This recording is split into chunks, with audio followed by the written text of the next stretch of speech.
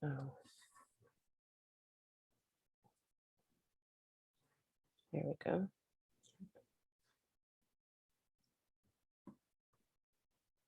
Awesome. Okay. Welcome back to the Six Figure Chick podcast, episode 23. This episode, we will talk about the thing that women shy away from, a conversation that needs to be had, and it will happen right here. Hi, I'm Cherie Griffith-Dunn. And I'm Nyoka Wright-Smith. We are here keeping it real to help you win at work, at home, and succeed at life. Always, okay? Always. We want to thank all our listeners, as usual, for tuning in week after week just to listen to the Six Figure Chicks, okay? We truly appreciate your feedback and your 5-star rating on our podcast. Did I say 5-star? 5-star, guys. 5. I know I put 2 hands up. That means 10. So 5, 5. Come on, do it. Okay. We love when you like, subscribe, and share. Okay. Because we're bringing you some really great, juicy stuff. Because what we do here, let me tell you, it's so important. It's where you have a voice for all women. All women has a voice right here. Don't we, Cherie? Yes, we do. And we are just so happy to have you here. And I cannot wait for you to meet this next guest. Let me tell you. So Roya Mattis is the she-EO. We're going to coin that. She-EO. And Love it. creator of She-ness Tribe.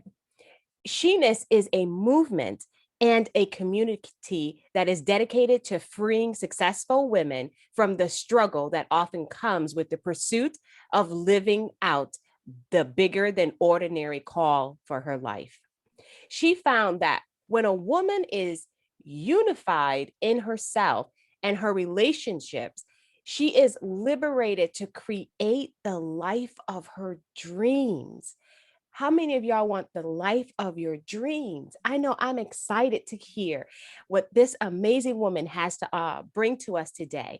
Please welcome Roya to the show. Hi, Roya. Oh, I love you all. Thank you for having me. You know, we go deep, we go back, we go real. And so I'm just so proud of the work that you're doing and so honored to be a small part of it today. Yeah. Thank you. We're so happy to have you. You guys don't know, Roya is a true friend of the show. I've known Roya, oh my gosh, I want to say 7 years, 8 years. We've done a lot of business together. So it's fantastic. And so it's so exciting to see what she's been able to really cultivate and put together to help women. As we were discussing, high achieving women, especially, we really have some hangups, right? And so can you talk to us a little bit about what does masculine and feminine mean? Because I know that's been like the buzzword. A lot of people are talking about this now, but I love the way that you explain the difference, because I think it's very clear to know how it relates to each person. I love that you asked that. And I know that you led with that, Cherie, because we're talking to high achieving women. And what I like to do in my work is get to the root. I've been coaching women for over 20 years. And what I found is on average that women that are high achievers on average are not in relationships where they feel like they're held, seen, and really, really heard within passion. They feel like they could take it to the next level. They feel guilty as mothers on average, and they just feel like I'm not accessing the level of joy that I feel like I could if for all that I'm doing. And so if I can give you a little hint, this masculine feminine energy is a trail to run on to access that in which is just out of your reach and you're not sure why. This is a root cause. This has been an epidemic specifically in the American society. I don't know about internationally. I don't work internationally, but I do work US based. And US based, we have been billed a book of lies that we are supposed to be completely independent. And if we need anyone, something is wrong with us. And women that are achievers are operating on this one cylinder called the masculine energy. And we're supposed to be dual cylindered. And this is why we're experiencing burnout. So masculine energy, if I'm going to describe it as a river, I want you to imagine you're in the middle of this beautiful field and you stumble upon a river. And this river has a bank and it has water. The masculine energy is the bank of the river. It gives direction. It gives guidance. It tells the water where to go and what direction to go. Yes, that's the masculine energy. This is where we plan. This is where we envision. This is where we create specific steps to get to where we're intending. This is the drive, when, can do, the point A to point B. The bank of the river takes us there. Inside the river is water. That is the feminine energy. This is what we have done, unfortunately, and by accident. And I'm so sorry to tell you, most of us have been booked a bill of goods. That feminine energy has been demoralized, demeaned, sexualized. We've had to apologize for femaleness. And that water is the juice. It's the joy. It's the flow. It gets to make the journey exciting, and it gets to carry us there with less effort. If we had no water in the bank of the river, we're going to be trudging much harder. We can still get there. We have the direction. We know where we're going, but there is burnout. How many of y'all have experienced burnout, exhaustion, wondering why am I ever going to be enough? Am I ever going to get there? Is it ever going to feel amazing? It's because we're in dried out rivers. Now, if we had no bank, and some of us listeners don't have direction, we don't have vision, we don't have the capacity to make a plan to get there, we have all this excitement and all this juice flowing around. We're like, woo, life is amazing. And then you don't know why you didn't get anywhere. Because if you put water with no bank, the water just goes, it's just everywhere. So we need both. We need both. And so part of the she-ness movement is taking the pendulum that we swung from the era of suppression in the US to the era of independence. And we needed to swing that pendulum really hard to get away from the suppression, but we continue to go in the direction of this independence, of this masculine energy, and we're losing some of the gifts on this side. So as a woke woman, I'm going to ask you to consider to swing the pendulum back in the center and start in the life cycle of change, which is what we do in she-ness. And I think that's what we're going to talk about today, the life cycle of change. Wow.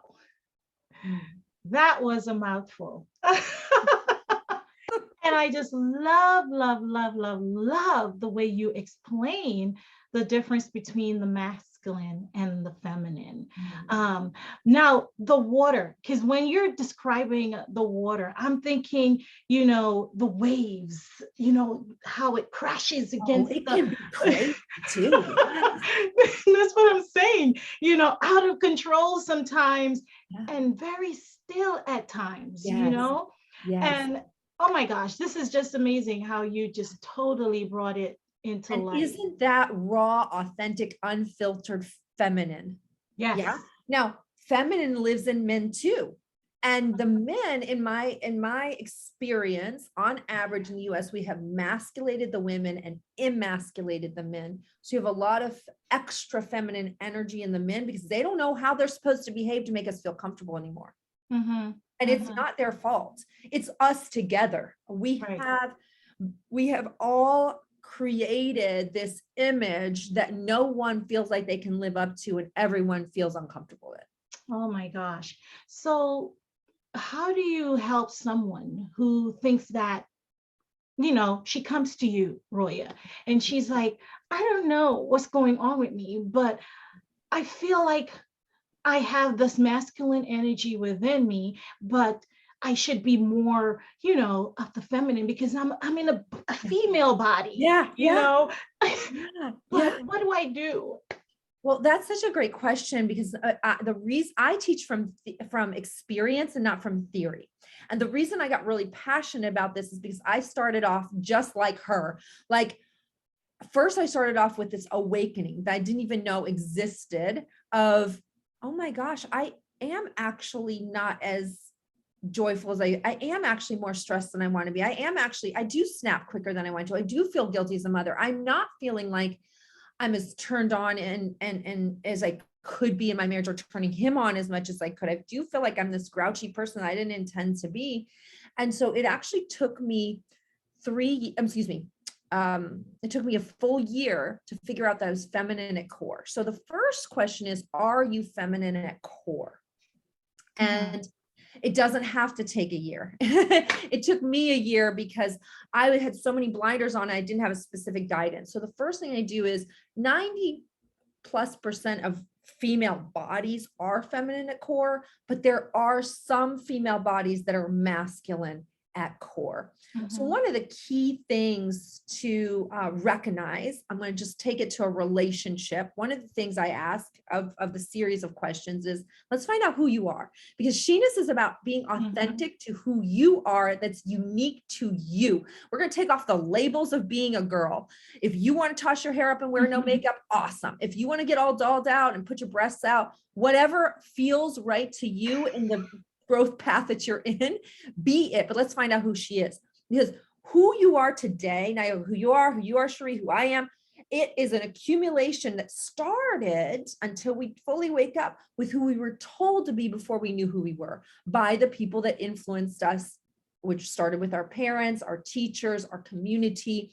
That was what we were told to be. But most of us don't actually know who we came to earth being. So we have to get to the raw. And so one of the questions is, okay, when you're in an argument with your, I'm going to just talk about men and female for easy conversation. So if you're in an argument with your man and you walk away from that argument and you spin it and you carry it and you hold it and you remember it for a very long time, and it affects you how you want to interact with him after the argument is done. Because if it's unresolved, you have this argument is unresolved, you are feminine at core, because masculine was built to fight. Feminine was not built to fight. We can fight well, but we walk off the battlefield carrying it. Masculine walks off the battlefield leaving it. That's why dudes can punch each other in the face and be total buds afterwards with no conversation, because they are masculine at core. They're built to be that way. They're built to hunt. We are built to connect, but we forgot who we were at core. And so that's one of the ways to find out, am I feminine at core? And if I am, we go through that direction. Then it goes to, well, how do I find her again?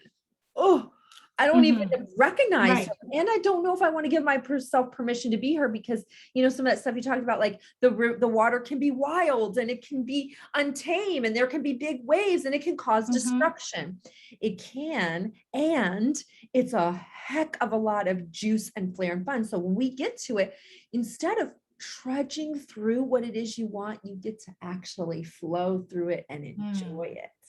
And you get to be enjoyed in the process. I mean, when we want to be enjoyed more and enjoy ourselves and not flip out and say these things that we go, I don't even like myself at this moment. We get to feel less of that when we tap into that feminine juice. Okay.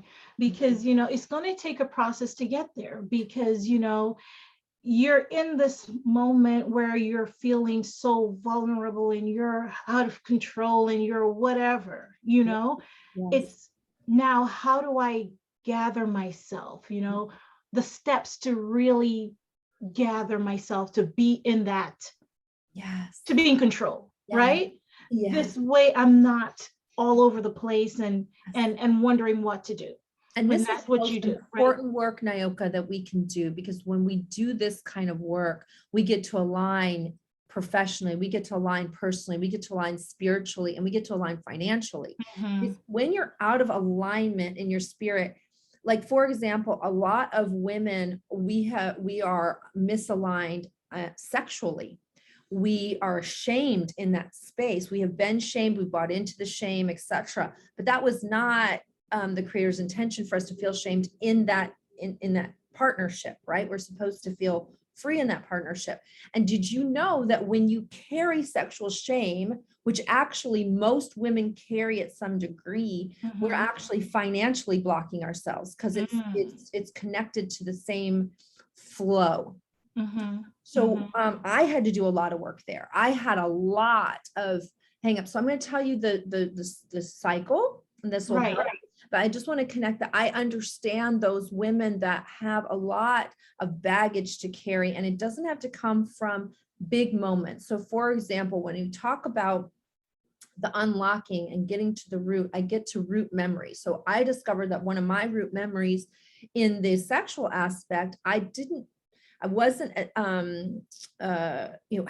some big thing that I remembered that caused me to have sexual trauma.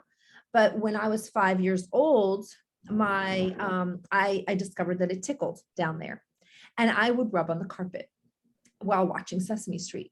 I had no connection to sex. I didn't know what the heck that was. I just knew, hey, this feels good. I'm gonna watch Sesame Street and do this. And it triggered my mother.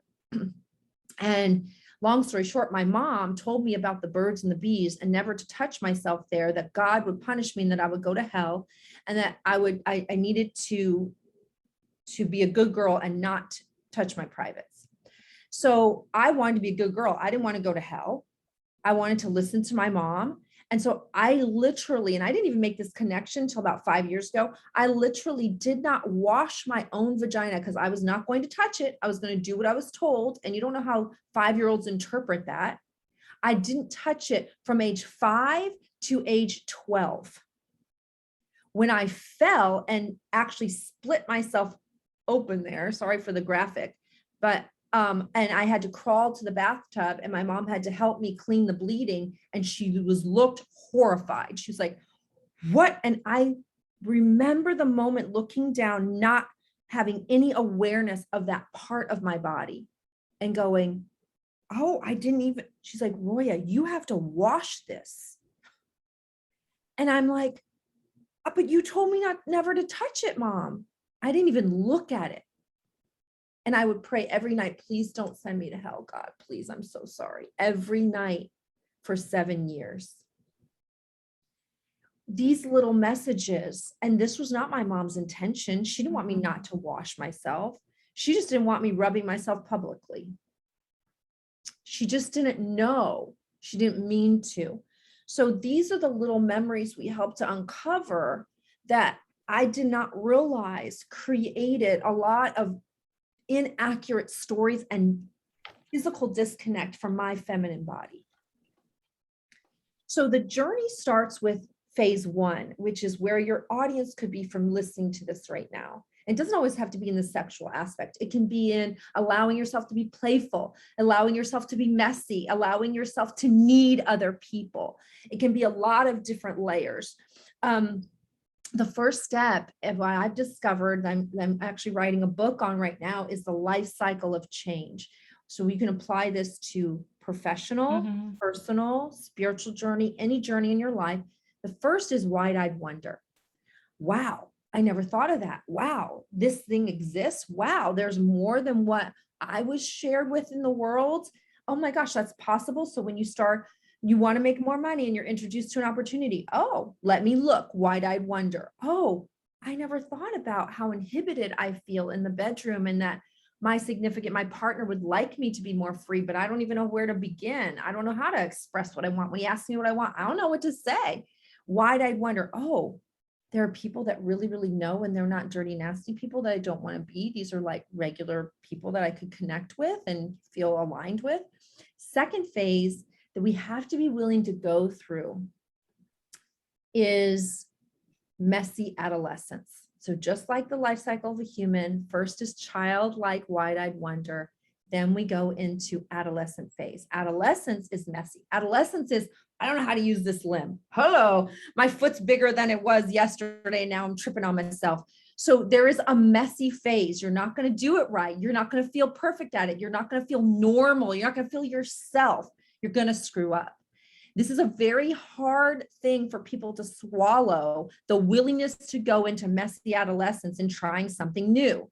But I'm going to give you the reason why it's going to be worth it by the end of the life cycle. Okay. You sticking with me here, Cherie and Nayoka? Are we?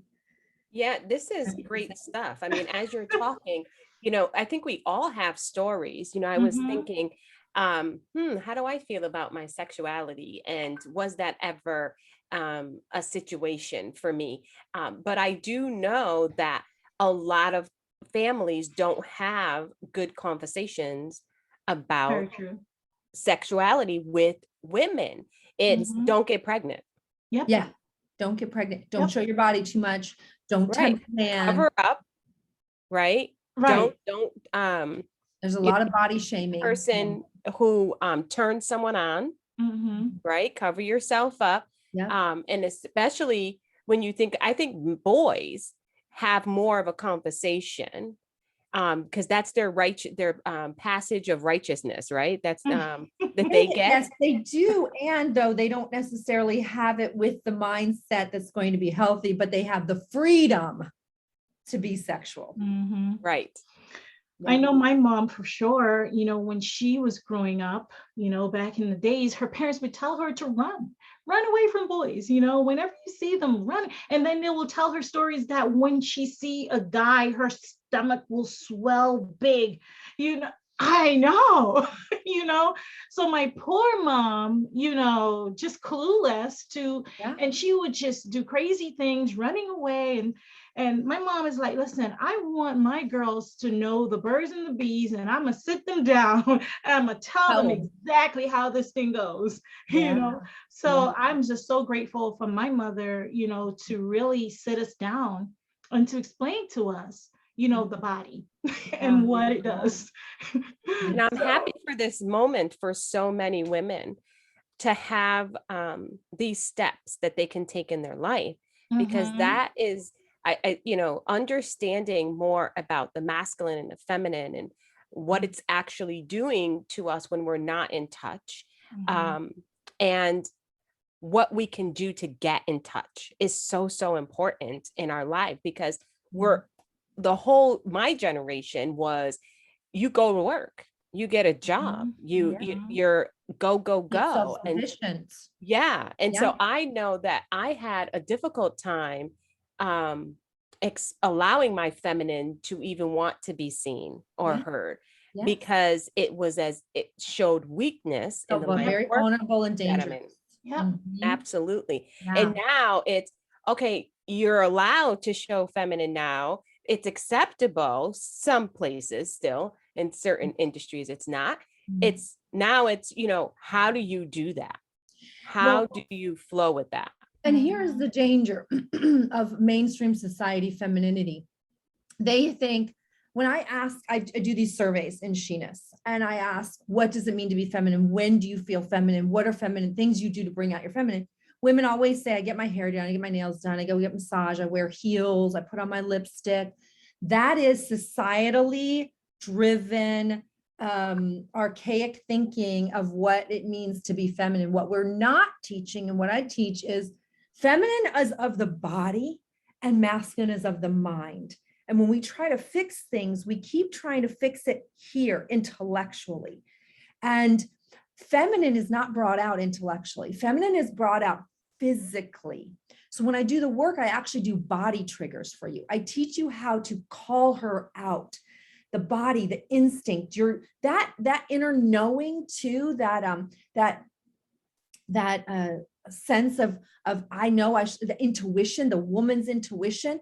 Most of us don't have access to that very well anymore, because we've muted it with rules and with masculine engagement and with the structure we put in place, that we've ignored our intuition. So when we trigger the body, we raise intuition, which is actually where God talks to us, is through our intuition. So the female was actually worshiped back in ancient times for her feminine body and for her portal access directly to God. We have this, and it has been muted because it's so powerful when we're really wholly connected. We have to tap back into that body source. So I teach that different resources. We use both the masculine resources in the mind, and we use the feminine resources in the body. And this is where you get the two engines firing together, so you don't have that burnout. So now we're talking about wide-eyed wonder, the awareness. Then we go into messy adolescence.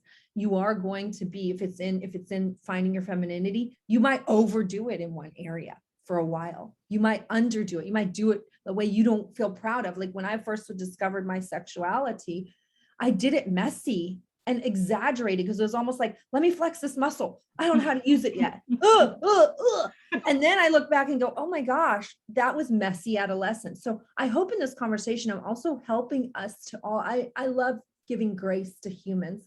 I love giving space for people to be messy and be authentically themselves and be held and be free to rediscover and discover themselves, because we don't give enough permission and we make a lot of judgments. So I want to help eliminate judgment by giving you the roadmap of really what's happening. When you start a new business, you guys help people start businesses, people get messy about it. You're like, why'd you do that? That was like, what? And then you look back and go, oh my gosh, that was really, like when I very first started my business with my other business where I lead several, thousands of women across the country in sales. I did really dumb sales things in the beginning because I was in messy adolescence. Even though they gave me a track to run on, I didn't know how to use it. Then the next phase is adulthood. The next phase is we find the tools, we understand the tools, and we're able to hone those tools in and narrow the focus of what works for you as an adult being. This is still requiring effort, but you're honing in that effort and that clarity in adulthood. The fourth stage is maturity.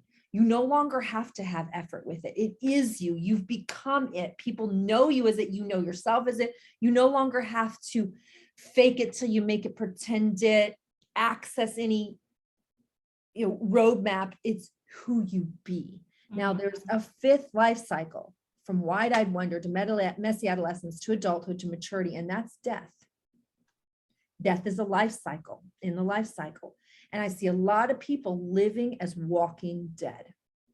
They're staying in what once served them, what once aligned with who they were in the phases and the steps of where they were. So if they're staying in a job that they're no longer passionate about, they're in death. They're staying in a way of operating themselves, but they feel misaligned. They feel agitated. They feel like they're not accessing the truth of themselves, but they're afraid. So they'd rather just stay in this lane of the people around them that love them for who they are today. And if they change, they could risk losing things. They're staying in death. So don't die before you're dead. And then all I'm asking is, if you're feeling a stirring, start with wide-eyed wonder. Ask questions, get curious, open conversation. Go look and attend some things that you never have attended before that you're just wondering about. And then ask yourself, am I ready to be messy? Why do I want to be messy? Because I want to be undead. I want to feel alive again. I want to re-uncover and discover and spread my wings even wider. I talk to women about being in cages all the freaking time. We put cages around different parts of our life. And what we didn't realize is you always had the key. You always had it. You just have to be willing to unlock the door and walk out and look around. So just because you're looking around doesn't mean you have to go there. You can go back in your cage if you want to. But what if you went through the messy adolescence and you got into a new level of maturity that took your life to the height that you cannot even imagine today? You got to live in this juice. And even though I'm in this juice right now, that doesn't mean that I'm always going to stay in this juice. I might go into the death cycle at some point and I need to do it again. You're supposed to do it over and over again. You're supposed to shed and rebuild wings and shed and rebuild wings. But most people just have the original wings that somebody else placed on their back with their own burdens and limitations and their own stories that someone else built into them from their own traumas and awakenings. Wow. Wow. Wow. Roya Roya is walking dead. I was about to say, okay. Did you hear that? Listen. Hashtag change Okay. your mind, change your life. Okay? Here. Don't die until you're dead. Okay? You're not dead yet, so don't live as if you're dead. Okay? Don't die until you're dead. Roya, I'm telling you, I'm sure there are a lot of our listeners right now that is just, I'm saying like glued to what you're saying right now, because you're giving some really great juicy nuggets. Get out of that cage, guys. You have the keys to unlock that cage. You're in that cage. You feel like you're in that cage. Did you hear? You have the keys. You have the keys to unlock that. Okay. Step out and do what you're called to be, called to do. Yes. Step out, get out of that cage. You know, the world has so much to offer. Oh my gosh, there is so much to offer. I know the word of God says that we should occupy until he comes. All right. Use your gifts, your talent, whatever is within you, right? That God has placed within you. Unlock it. Unlock it. Do not cover it up. Do not hide it. Do not shield it. Do not, walk with it like ashamed. Yes. Unlock it. And for women, Nayoka and Cherie, we don't give ourselves permission enough to invest in ourselves. What I want to say is it is sacred to invest in yourself and your growth, because when the woman does it, the whole world gets to do it. That's why in She-ness, we start with self. Yes, we want to connect with other women. Yes, we want to heal our relationships with the men, but we got to start right here. And it is sacred to invest in yourself. And you don't even know how to use this key until sometimes you go into that. When I said you connect with other people that are get a coach, get a course, get places you go that's different, and start with curiosity and allow them to go, oh, you have that key. Yeah. Here's how you turn it. And here's what's around outside of your cage. Which way do you want to go? If you have someone in your world that's good, they're not going to tell you, you need to do this. They're going to tell you, look around. Where are you being attracted to? And you don't know how to hear that voice? Let me help you tune in. So Roya, how can someone get in touch with you? How can they join the She-ness tribe? Because I'm sure people right now are going, okay, where can I get this information? It's so juicy. So we have a good scratch the surface community where you just get to have a space that you get to real conversation, transparency, authenticity, and it's in our private Facebook group. This is for women only, this group, and it's on Facebook, She-ness Tribe, SHE-NESS, the freedom of your unique She-ness Tribe. I do a interview with an expert every single week, not over the summer, starting in the fall again, and all the recordings are in there. So that's one of the ways. The other ways is I'd love to talk to you. I don't pretend to be the be all end all solution to things. I have been through 800 hours of immersion training. I have invested more than a doctorate would. I have invested over $150,000 in higher level education. And from that, I do have a lot of resources. So if I'm not the one, I'll have a Rolodex of resources for you. So I'd like to know, what is it that you need and what's the best access point to you right now with where you are. So that's best done through my DMs, mostly on Instagram. So under She-ness Tribe, no dash there, She-ness Tribe on Instagram, you can hit me in the private messages and we can just go from there. Currently, I'm taking a wait list only for our courses. I'm full at this moment, and I do have one slot right now. I had two, but this morning it was taken for private coaching. So if I don't, we can book you out. Don't worry. Or I can connect you to someone that could for you. Yeah. Wow. Yeah. That's exactly the type of information that people need. You're providing support. Yes. For women. Yes. Where they can feel comfortable about being who they are in life instead of feeling so ashamed of the things they want to do in life, but the effect that it might have on their family, because we have a lot of shame about what we're doing and how we're doing it. So listen up, you guys, go to She-ness on Facebook, get into that group so that you can become more aware of who you are. And also go to Instagram and go over there to She-ness Tribe. Take her up. She said you can DM her. I mean, that is amazing, you know, to start that conversation with someone and really understand the circle of life for you. I mean, to me, this is all about reinventing yourself. And we get a second chance to do that.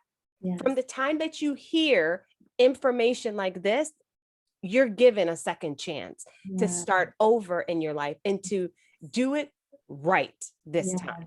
Do it with your eyes wide open. I absolutely love that. Yes. Yeah.